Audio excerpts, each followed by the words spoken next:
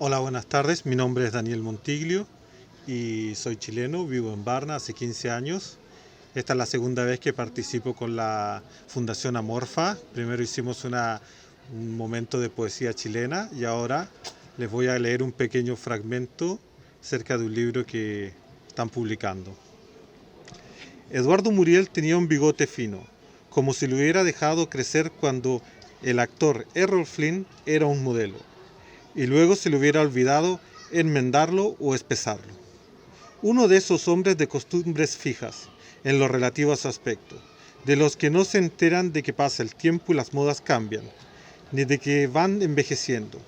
Es como si eso no los incumbiera, y lo descartan, y se sintieran a salvo del transcurso, y hasta cierto punto, al no ceder a ella, en lo extremo acaban por no asumirla. Y así los años temerosos se envalentonan con casi todo el mundo. Los rondan y los bordean, pero no se atreven a adueñarse de ellos. No se asientan en el espíritu ni tampoco invaden su apariencia, sobre la que tan solo van arrojando una muy lenta aguanieve o penumbra. Era alto, bastante más que las medias de sus compañeros de generación. La siguiente a la de mi padre, si es que aún no la resultaba. Se le veía fuerte y estilizado por eso. Al primer golpe de vista, aunque su figura no resultaba varonil ortodoxa, era algo estrecho de hombros para su estatura, lo cual hacía parecer que el abdomen se le ensanchaba, pese a no sufrir gordura alguna en esa zona, de impropias caderas protuberantes.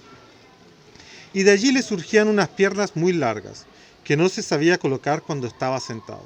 Si las cruzaba, y era lo que prefería hacer con ellas, dentro de todo, el pie de la que quedaba encima alcanzaba el suelo naturalmente. Eso que algunas mujeres ufanas de sus pantorrillas no desean mostrar, una colgando, ni engrosado o deformada por la rodilla que la aguanta. Logran con artificial y escorzo y la ayuda de sus tacones altos.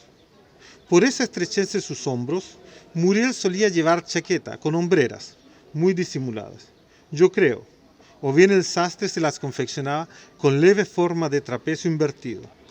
Todavía en los años 70 y 80 del pasado siglo acudía al sastre, o éste lo visitaba a su casa cuando ya era infrecuente. Tenía una nariz muy recta, sin asomo de curvatura, pese a su buen tamaño, y el cabello tupido, peinado a raya, con agua, como seguramente se lo venía peinando desde niño su madre. Y él no había visto razón para contravenir aquel remoto dictamen. Le brillaban algunas canas dispersas por el dominante castaño oscuro. El bigote fino atenuaba poco lo espontáneo y luminoso y juvenil de su sonrisa. Se esforzaba por refrenarla o guardarla. No lo conseguía a menudo. Había un fondo de jovialidad en su carácter, o un pasado que emergía sin que hubiera que lanzar la sonda a grandes profundidades. Tampoco se lo convocaba, no obstante. En algunas muy superficiales, en ellas flotaba cierta amargura impuesta o indeliberada, de la que no debía de sentirse causante, sino acaso víctima. Pero más llamativo, para quien lo veía por primera vez en persona o en una foto frontal de prensa, muy escasas, era el parche que lucía sobre el ojo derecho, un parche de tuerto, de lo más clásico, teatral o aún peliculero, negro y abultado, y bien ceñido por una fina goma elástica de igual color que le cruzaban en diagonal la frente, y se ajustaba bajo el lóbulo de la oreja izquierda. Siempre me he preguntado, ¿por qué esos parches tienen relieve? Los que no se limitan a tapar, de tela, sino los que quedan inamovibles y como encajados, y son no sé qué material rígido y compacto. Parecía baquelita, y daban ganas de tamborilear sobre él, con el rosa de las uñas para saber cómo era al tacto. Lo que nunca osé averiguar con él, mi empleador, como es lógico, sí supe en cambio cómo sonaba, pues a veces cuando estaba nervioso se irritaba, pero también cuando se detenía a pensar antes de soltar una sentencia o un parlamento, con el pulgar bajo la axila, como si fuera la diminuta fusta de un militar, o un jinete que pasa en revista a sus tropas o a sus cabalgaduras. Muriel hacía eso exactamente. Tamborileaba sobre su parche duro con el blanco o filo de las uñas de la mano libre, como si invocara en su auxilio al globo ocular, inexistente o que no se veía, debido a gustarle el sonido o el efecto era grato. Cric, cric, cric, daba un poco de grima. Sin embargo, verlo llamar así al ausente hasta que se acostumbraba uno a ese gesto.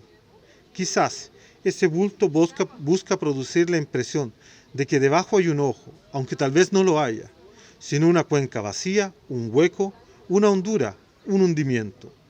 Quizás esos parches sean convexos, precisamente para desmentir la concavidad horrenda que ocultan. En algunos casos, quién sabe si no irán rellenos de una acabada esfera de cristal, blanco o de mármol, con su pupila y sus iris pintados, con realismo ocioso, perfectos, que jamás ha de verse, envuelta en negro, o que tan solo verá su dueño, terminado el día, al destapársela cansado ante el espejo y extraerla acaso.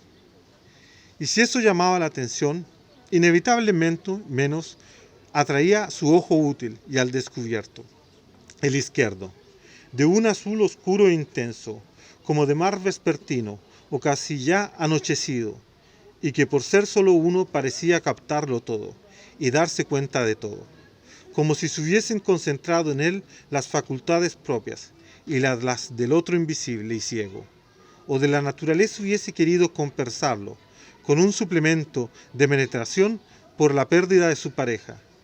Tantas eran la fuerza, la rapidez de ese ojo que yo, gradual y disimuladamente, intentaba situarme a veces fuera de su alcance, para que no me hiriera con su mirar agudo, hasta que Muriel me reconvenía. Échate un poco a la derecha, ahí casi te sales de mi campo visual y me obligas a contorsionarme.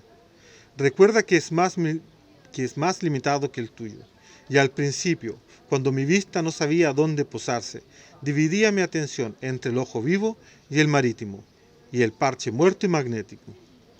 No tenía inconveniente en llamarlo al orden. Juan, te estoy hablando con el ojo que ve, no con el difunto, así que haz el favor de escucharme y no distraerme con el que no suelta palabra.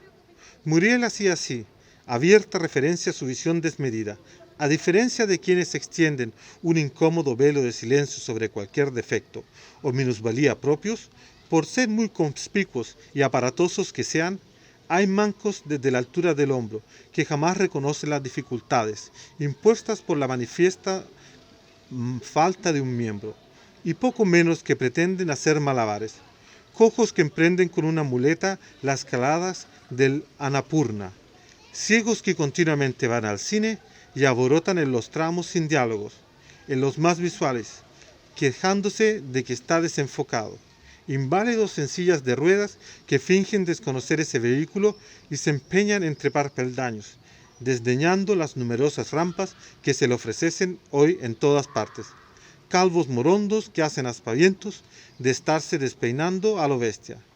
La imaginería cabellera endemoniadas cuando se desata una ventolera. Allá todos ellos, son muy libres, no se me ocurre criticarlos. Pero la primera vez que le pregunté qué le había pasado, cómo le había enmudecido el ojo callado, me contestó tan cortante como lo era en ocasiones con la gente que lo impacientaba, y rara vez conmigo, a quien solía tratar con benevolencia y afecto. Vamos a ver si nos entendemos. No te tengo aquí para que me hagas preguntas sobre cuestiones que no te incumben.